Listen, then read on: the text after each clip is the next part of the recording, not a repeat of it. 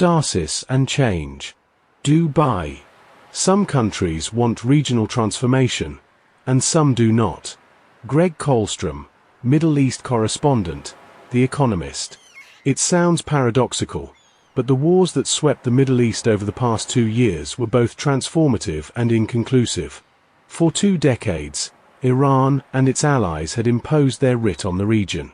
But then Israel smashed the network of militias backed by Iran and brought its empire to ruins. The Assad regime in Syria collapsed. Then, with America's backing, Israel broke the taboo of attacking Iran itself. Yet Iran's empire is not entirely gone. Hamas is weakened but still a force, as is Hezbollah in Lebanon. The clerical regime in Iran survived 12 days of Israeli and American bombardment. In Syria, Ahmed al-Sharaa has a fragile grip on his country.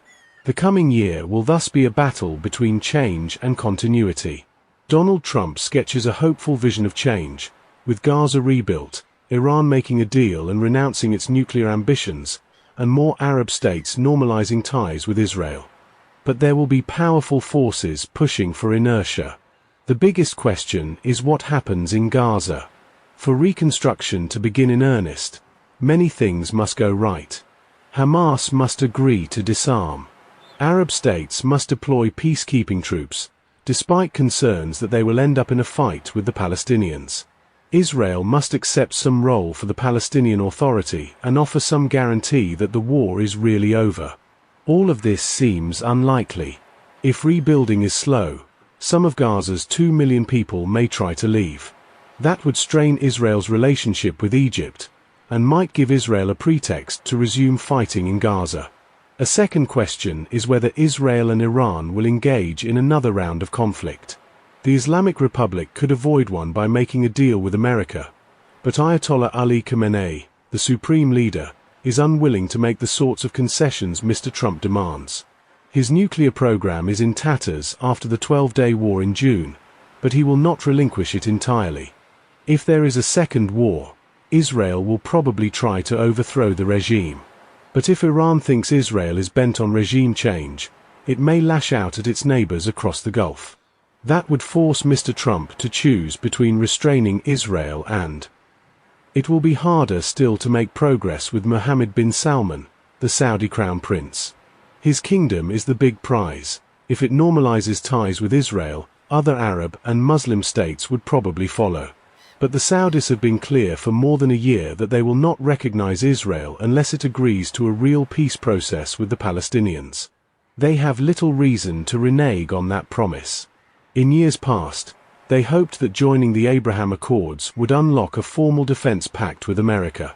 In 2026, they may get one anyway. If Mr. Trump is the loudest advocate for change, Iran is the main force for stasis. The Ayatollah has spent decades trying to balance being neither at war nor at peace with Israel, and on the brink of building a nuclear bomb. His balancing act failed. Yet at 86 years old, he seems unable to change course. That job will have to wait for his successor. Israel, confusingly, will be a force for change and stasis. It supports Mr. Trump's vision of a region transformed, yet whoever wins Israel's election will not want to make concessions to the Palestinians. The dream of regional integration will have to wait. Israel risks the stability of America's Arab allies. Third is whether Mr. Trump manages to expand the Abraham Accords, the 2020 agreements in which 4 Arab states normalized relations with Israel.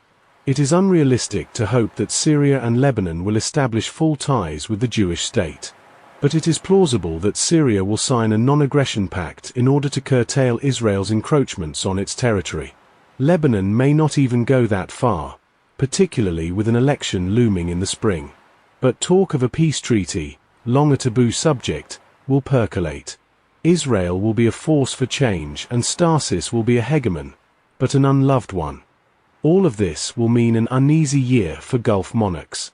They are nervous about being targeted by Iran and saddled with the bill for rebuilding Gaza. The Saudis also want to avoid any ultimatums from Mr. Trump on relations with Israel. They will continue to flatter and bribe him, even as they strengthen ties with other powers. That may be the most immediate and lasting change from the past 2 years. By embracing Israel, America has left Gulf states more nervous than ever about relying on it for regional stability.